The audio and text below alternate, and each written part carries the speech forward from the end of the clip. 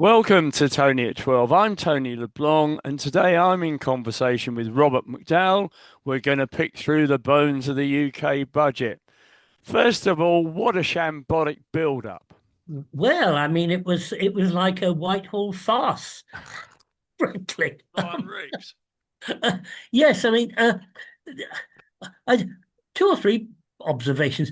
There used to be a time when the Chancellor went into what was called purdah, Mm. 2 to 3 months before the budget, which used to be in March. So, sort of after Christmas, they shut themselves away, wouldn't give any interviews or anything like that. Um, Now we have a sort of, I think, a lady who wants to be big in Showtime, who has done all sorts of public appearances, um, says scripted comments, mainly from the public relations people, and it's caused confusion. It's what was the chap? Haldane said it was like a fandango. Certainly better than the Alderney Foxtrot. But surely she was in breach of parliamentary rules by doing this. Um, the fact of the matter is the Speaker's always going on about the government should not make public announcements before they've gone before the House. Exactly right. But I'm afraid the speaker doesn't appear to have the sort of sanctions or the, dare I say, the moral authority which they may have done historically. Yeah. There may be token apologies and so on, but they they they leak what they feel is in their political interest to leak. But I think a lot of the build up to the budget by Rachel Reeves and one or two others has been very distorting. It's disappointed markets. It's confused people, and perhaps most importantly, it's yet another notch in the grave of politicians. Yeah, I think you're right there. To give you an example, one week tax rates are going to go up. Next week, oh, we've Yeah, changed it. They're not going to go up. We're going to do something else. yeah. And, this has been going on for months, hasn't it? Exactly. Basically, they get a manifesto, which I think was rather imprudent in what it promised.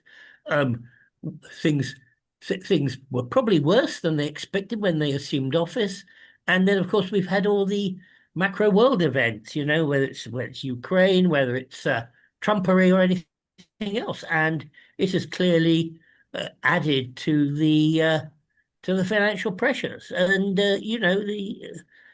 politicians should be mindful of events. They're not they're not mystics. They can't really forecast them, but they should be aware of events and act prudently in a restrained way. And this woman's been all over the UK, parading around everywhere from schools to shop floors, and I don't think it's helped her credibility one little bit. No, no, no. And, Enough said. no, I mean, the other thing, of course, she keeps going on about the fact that she came in, the Conservatives had left a black hole and all the rest of it, which 15 months after the election, I think is still pushing it a bit. But having Quite, said that, quite. the one thing they don't seem to take on board is the cost of the pandemic. And that No, no, obviously no. accounted for some of the black hole, didn't it? Undoubtedly, there were emergency measures, which, hindsight's a wonderful character, but they probably over dramatized it. There's a stronger debate as to whether lockdown was the right thing to do, but that's events, and we're picking up the pieces, and I suspect we will be for the remainder of the decade, Tony. Yeah, but the fact of the matter is the furlough system and everything else cost billions, didn't it? It did. Was it 500 billion? I think was the Something sort of crazy. Yeah, final figure. yeah. And you know what? I might write a book on post-pandemic, but yes, it's the consequences are still being felt and will be felt, I think, for a generation, certainly till the end of the decade. Now, you were wanting to do a bit of an overview on the whole thing. Yeah, Um, yeah, yeah, so where do we yes. go from there? Well, I think the UK national debt is about 2.8, 2.9 trillion, and it's forecast to hit the 3 trillion Yeah. mark.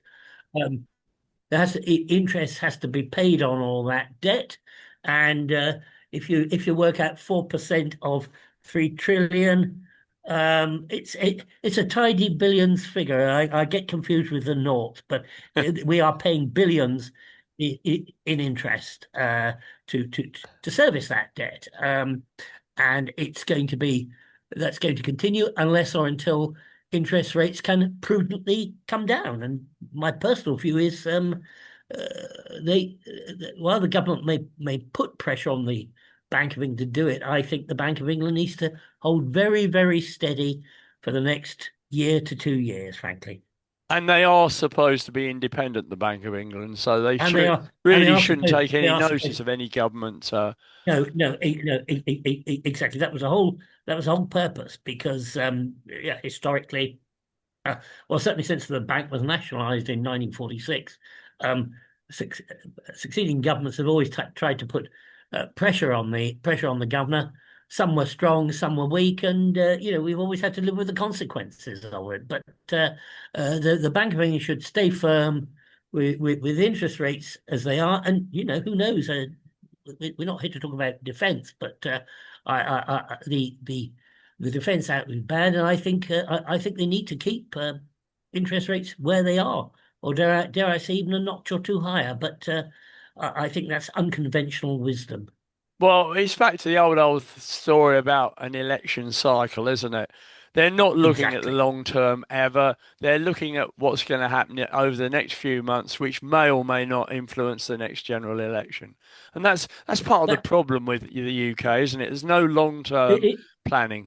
No, no, there is no long-term planning, and we'll obviously be going into some of the detail on this, Tony.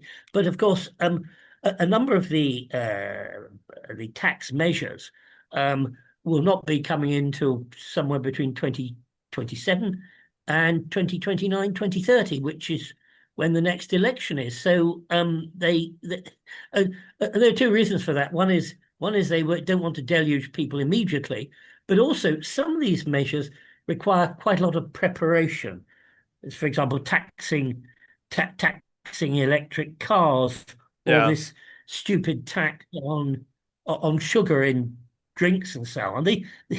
These things require enormous amount of detail, and they can't be done overnight. So there will be tax rises over the remainder of the parliament. And mind you, my personal view is that she'll probably be gone by then, but that's entirely personal view. But the writing is on the wall, Robert, as far as that's The concerned. writing, Now, of course, the, another thing that's going to take time to sort out is the mansion tax, because they've got to yeah, revalue all of those properties, haven't they, that fall in, is it the, yes, FG&H?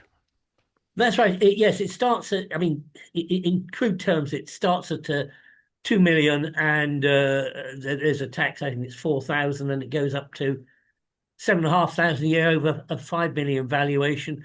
But yeah, they've certainly, and that will be sort of incorporated somehow in the council tax, and those things can't be done overnight. They're left. Local authorities have to do them. Local authorities have got more than their fair share of problems at the moment. So those are things that will be creeping up in the next 2027, 28, Tony. Yeah, so we will watch and wait and see on that one. Of course, with the council tax, it's all this surcharge is going to go straight back to the government, isn't it? Because Well, presumably, Robert, they're just going to reduce the block grant to the local authority to yeah. balance the books. That will be exactly, that will be the trade-off. Absolutely, Yeah, Tony. yeah, yeah. And again, those things don't get explained, but that's in truth what's going to happen. But the local authority will be on the front line on that one, I suppose. Yeah, absolutely. So I mean that a lot of people will just sort of think it's the councillors that have done it at the Exactly. time Yeah. rather Yeah. than the government. So, we can see a bit more carnage there. Exactly. Yes. I mean, looking at what she said yesterday, quote, and in last year's budget, I raised taxes on business and the wealthiest to close the £22 billion black hole in the public finances left by the party opposite. And we used that money to fund the biggest ever settlement for our National Health Service. They were fair and necessary choices, and we faced opposition to them. Of course, this year the doctors come back knocking on the door and saying, "Can we have some more, please?" Yes. I mean, the National Health Service is a big black hole. The more you pour in, the more you want it. And well, I will refrain from speaking about the medical profession just in case I need some medical treatment again at some point. I don't want the knife put through my heart, Okay, but so you've been rude about the train drivers instead. yeah, yes. They should go the way of the miners. Actually, they're an anachronistic organisation, still adopting rules and regulations which were applicable during the steam age. Yeah. And they seem to be very, very strong. And I'm afraid when the railway is going to be renationalised, then the union will have even more power, I'm afraid. Well, they will, and of course, it's going to be difficult to break their power when Yeah. ultimately we had the capability of a fully automatic rail system. Quite, and it's yes, it's I won't get going on that. We've other things to trot through here, Tony. Right, personal tax thresholds frozen, um, ongoing from Yep, that point of view, yep. and Till 20, that's going to pull a load of people into tax that it, weren't into tax. it is. It's going to. It's the allowances are going to stay as they are until 2030, 2031, when by which time there'll be a new government, I suppose. But yes, it will bring a lot of people into standard rate tax and very modest salary earners into higher rate tax. It's yeah, it's the biggest stealth tax of all. Yeah, and according to the Telegraph yesterday, the stats were 780,000 more into basic rate tax Yeah, and yeah, 920,000 into the higher tax rate. And that higher yep, rate is yeah. what, 40%, isn't it? 40, Going to 40%, that's right. 45. Exactly, Yeah. exactly. It's not yeah, it's it's it, it's like being under the Attlee government again. Yeah, absolutely. Lots of parallels there. Post-war austerity, post-COVID austerity. Yeah, yeah.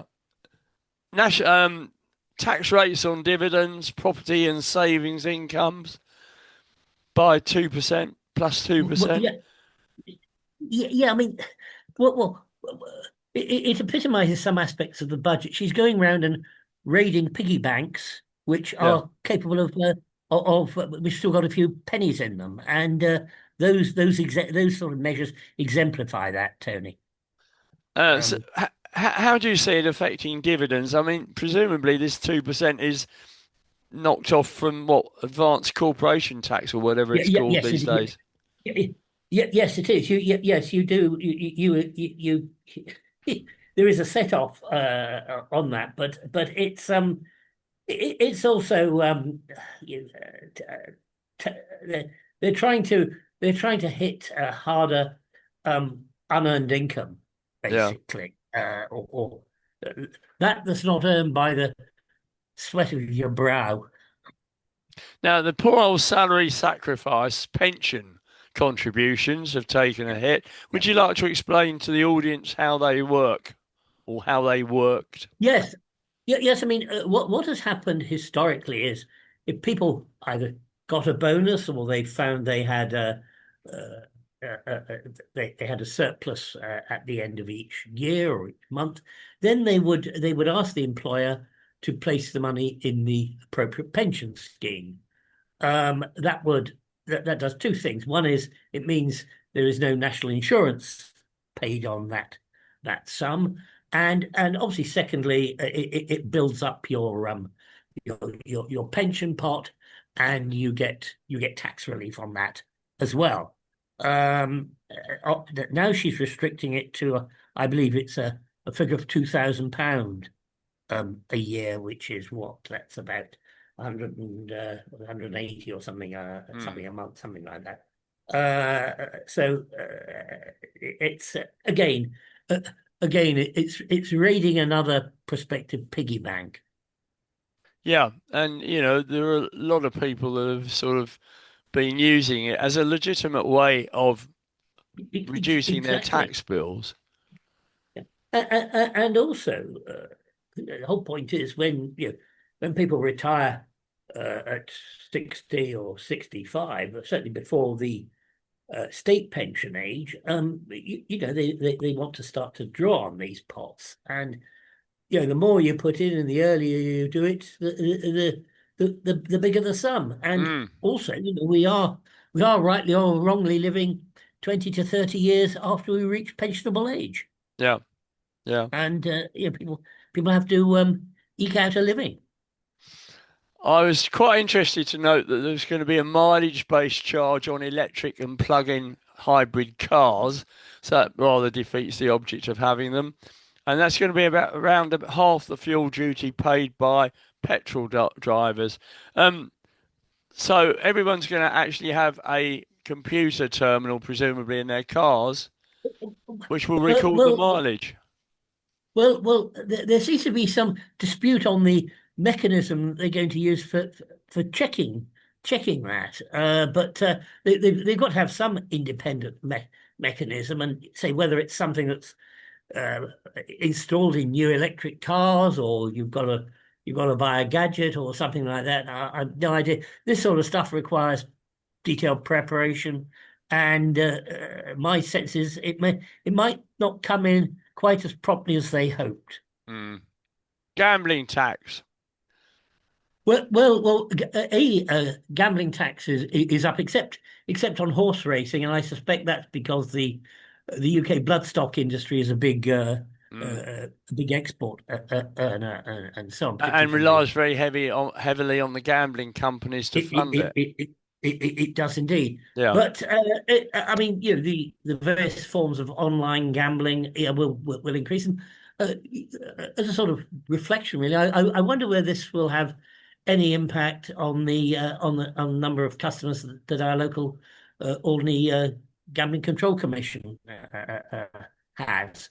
It may do. I suspect, though, that a number of I do know that a number of these companies uh, have uh, uh, have enterprises as a regulating different jurisdictions. Mm. So it may mean just more emphasis on one than the other. But you can't get around the fact that if you place your bets online in the UK, it will be taxed, and that's an easy, I suppose, and less controversial form of taxation. I mean, the good old Presbyterian morality and so on. That they gambling's a sin, they will say, and that's and so it won't come in for that much criticism. Although clearly I mean the online gaming companies appear to do very well, and um, they can afford it. Whether it will reduce online gaming, I really don't know. I rather suspect not. And of No, course, even with horse racing, if you're actually at the track, you can either pay the tax when you make the bet or pay that's the right. tax on the winnings, can't you? Yeah. At different levels. Yes. Oh, always pay when you place the bet is my moral. But you'll be pleased to know that there's not going to be any tax on bingo. Well, that my biggest leisure time activity, Tony. But Yeah, I thought it could have been. I thought it could have been. yeah, that will keep the housewives happy. Positive point, the old age pension up by 4.8%. Yeah, yes. So the triple lock prevails. And I mean the point being that the state pensioners are an important voting sector, Hmm.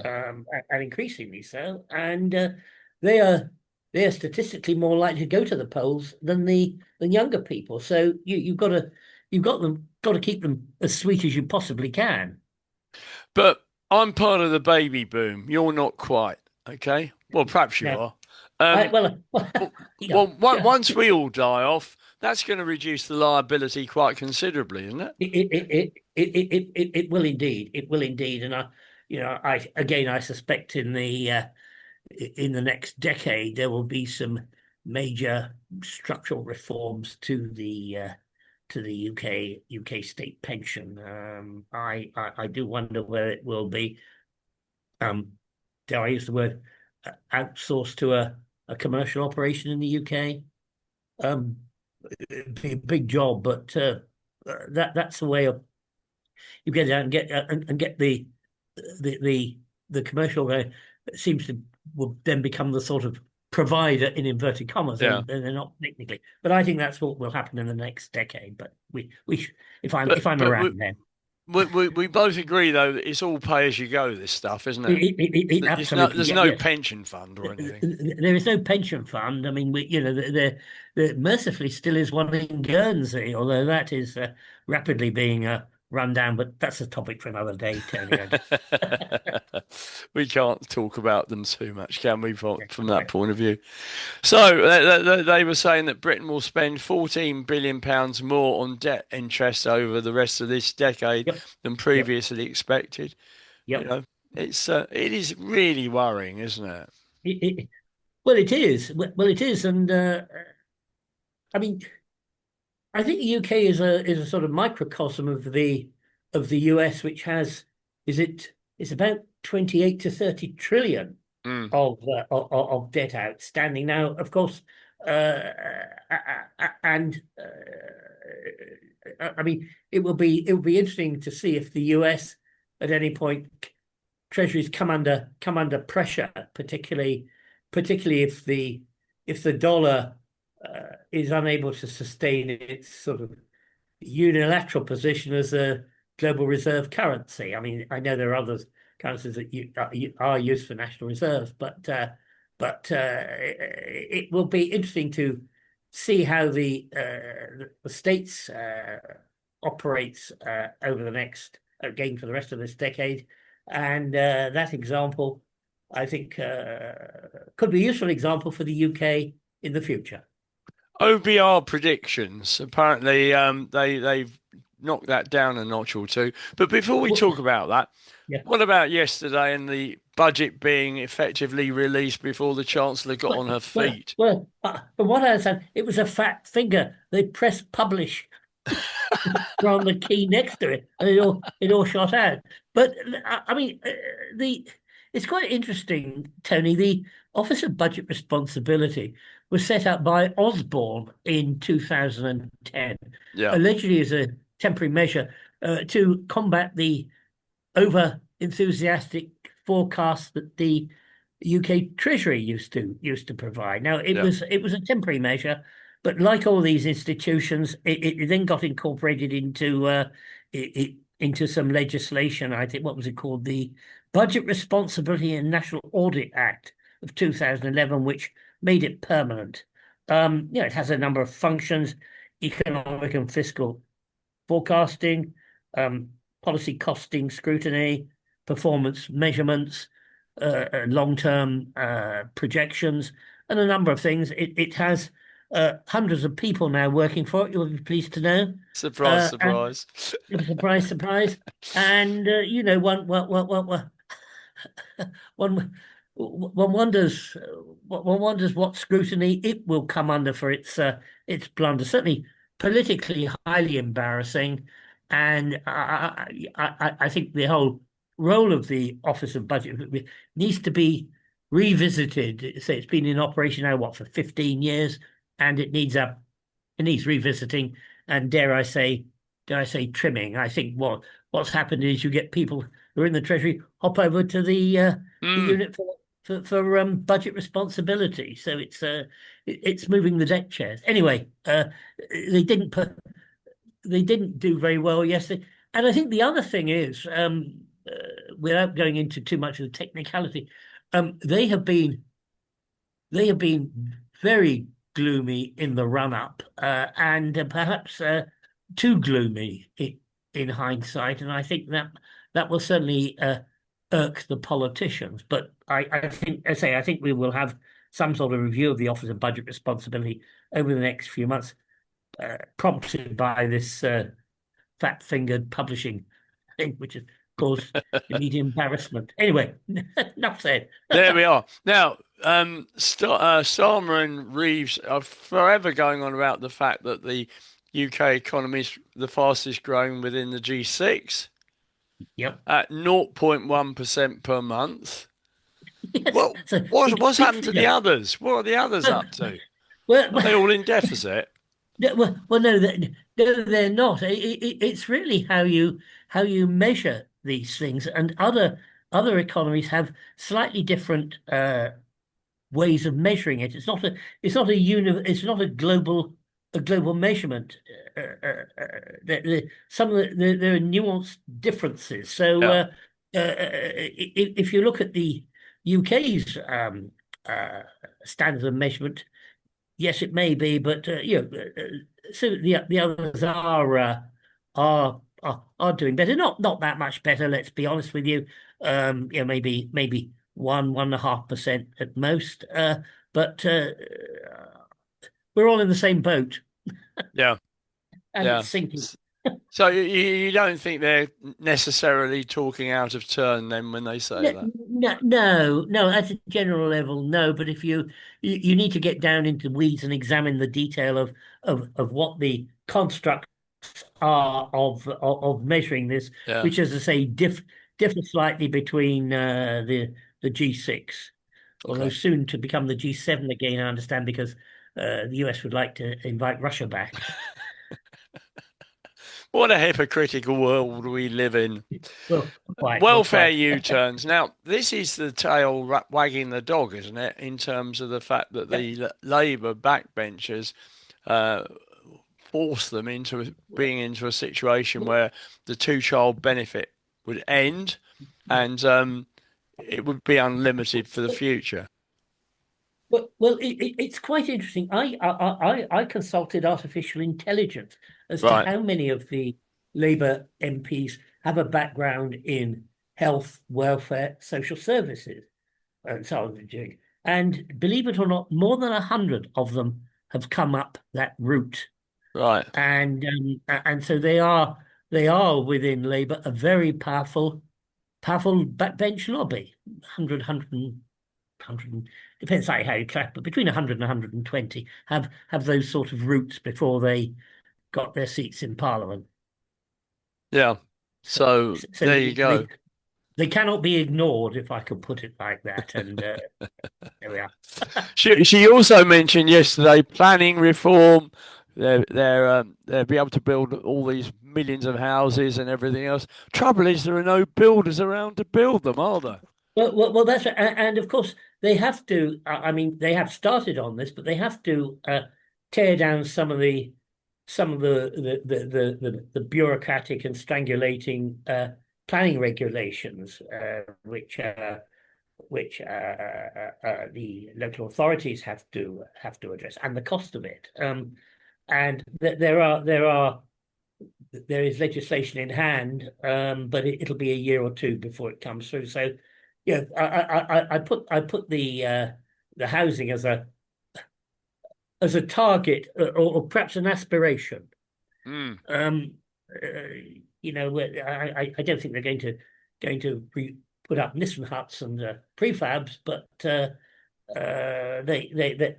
they are looking at blocks of land, be it old military bases, brownfield sites, and so on, which one would hope would be less controversial. But of course, if you have big concentrations of housing, let's say 4,000 or 5,000 houses, you have to have the services there yeah. beforehand. You know, road, schools, water, all the other accoutrements are necessary for modern living. So you can't just build the houses in isolation. But Mm. it's an aspiration, and I think that's all it can be at this stage. And the redefinition of some parts of the green belt as grey land. Well, well, yes, yes, yes. I mean, I don't want to go out with a grey pot of paint or what, but they certainly, yes. I mean, there is green and not so green, Yeah, and I think there will be some criteria laid out as to what defines green belt and what is not green belt in future. And again, I think that will be part of the reform of the planning process, and it would also be designed to get rid of some of the bureaucracy around planning, but not entirely, so that those areas that are still generally green remain green, but there's a lot of fringe stuff that I don't, classified as green, which is not really green. We could say that here, but I don't want to get into controversial discussion with you on that, Tony. but not today anyway. Not today. Um, Defence spending. Going to go for 2.6% by 2027. That, I doable? don't think that. It will be done, and I suspect it will be done with funding from the defence industry as well. I think they will come to some uh, payment arrangements Yeah, on on, on defence. Of course, defence. There's two elements to defence. One is obviously troops, naval people, flying people, but also a lot of the defence is highly technology based mm, now. Drones, cybersecurity, and all this sort of thing. Uh, I mean, my own personal view is that they should they should reissue war loan, uh, and that should be hypothecated for strictly for defence spending, yeah, and you incentivize, as war loan was, coupon tax free, and sometimes you pitch some of the war loan issues to overseas investors in sterling at a slightly higher rate. So I think they should seriously consider a specific war loan for particular elements of spending, whether that's on the technology, whether it's on building new jets or weapons. But take it take take it away from the treasury, if you like, that it's strictly hypothecated, and that it can't be rolled into other things. The HM Treasury hates hypothecation because it means it can't do its historic balancing tricks, moving money from yeah. here to there. But anyway, I think that's what should happen. But it's up. I think personally, I think it should be three, 3 to 3.5%, because we're we are going to a war footing. I'm pretty certain. Yeah. Hope I'm wrong, but Well, we I think see that's the case. Russian ships in the English Channel, don't we, at the E- e- moment, e- which is e- a bit e- e- worrying. Exactly, and again, I think I think the Crown Dependency should be asked to stump up something as well. But Now you've been controversial again, aren't you? yeah, we'll leave that for another day, Tony. But coming back to war loan, Yeah, you go on an undated basis, yes? you do. Yeah, yes, So it would absolutely. Yeah. it would appeal to pension funds, surely, Well, wouldn't it? it certainly would, because I mean, the last war loan was repaid in what, 2006 or seven, something Yeah, like that. Just yeah, before the banking crisis. I remember that. And well, you can work, what's that, 70 years or something since, a lot of the war loan issue was some of it was before some of it dated back to the First World War, believe it yeah, or not. But, yeah. but anyway, yeah, undated, and you can call it in at different stages. So that's what I would do with it. But my recommendations fall on deaf ears. Finally, I was pleased to see that she has made a concession on the people that were victims of the blood scandal, whereby she Yeah, said any compensation payments would not be subject to a inheritance tax in the event of their death. yeah. and I think that's absolutely right. Yeah. And you know, Why the have they had to wait so long to get it? quite again. That's governments who are who are not straight up front. But yes, it's I mean it's a deserved it's a deserved gesture. Yeah, I absolutely. get it. Yeah. Well, we've just about run out of time, I'm afraid, but as Oh ever, it's dear. been very interesting to have your observations on these things. And Thank you. And we'll see you in the new year on something yeah, else, no doubt. yeah, yes, absolutely. And but yes, we're all in for an austere Christmas, Tony. Ah, bar humbug. So happy Christmas to you. Thanks, Robert, and to you too.